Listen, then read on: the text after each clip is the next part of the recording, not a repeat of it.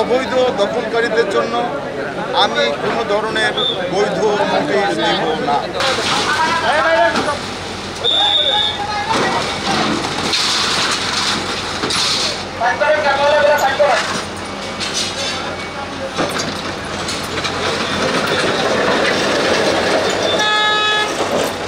রাস্তা কি বড় আপনারা চান? সবাই রাস্তা চান নাকি এই রাস্তায় চান আপনারা? আমরা চাই বড় রাস্তা, রাস্তার মধ্যে ড্রেন হবে, কোনো ধরনের জলবদ্ধতা হবে না। কাজ আমরা শুরু করেছি, কিন্তু কাজ শুরু করতে গিয়ে দেখি বিভিন্ন জায়গায় এই অবৈধ দখল। আমি বলেছিলাম আপনাদের এমপি সাহেব সহ নিজ দায়িত্বে ঘর বাড়ি সরিয়ে নেবেন।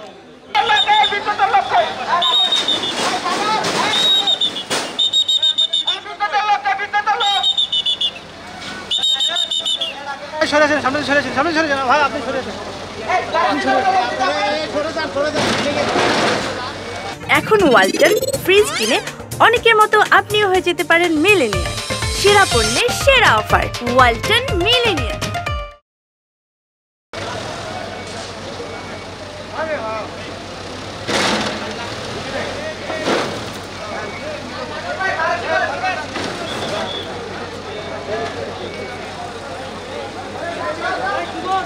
আমাদের মাইক টাকার কাছে আমাদের মাইক।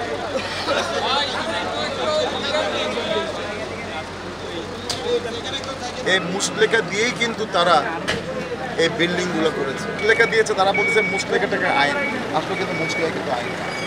এখানে আমি যদি গো ইনসাইড এখানে যাওয়া হয়, এই যে দুইটা বাড়ি, এই দুইটা বাড়ি একটা রেলের জায়গা, এটা রেলের জায়গার মতো করতে পারে না। তারা কীভাবে রেলের সাথে করেছে আমার কোনো বোধগম্য না, আমি যাবো না।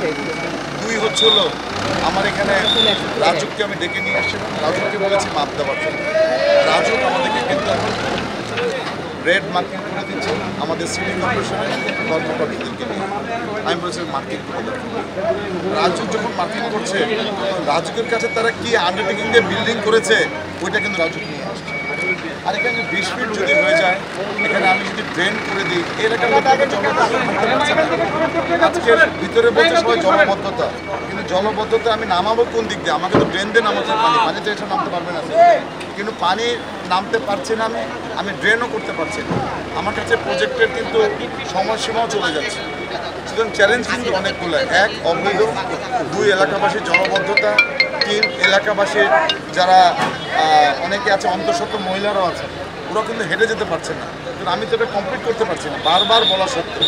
আর আমি একটি কথা বলতে চাই, রোড জোন কমপ্লিট হয়ে যাবে, কিন্তু সবচেয়ে বেশি সুবিধা হবে এই এলাকাবাসী। আর অনেকে বলছে আমাকে নোটিশ দেন। আমি আগেও বলেছি, আমি এখনও বলতে চাই, অবৈধ দখলকারীদের জন্য আমি কোনো ধরনের বৈধ নোটিশ দেব না।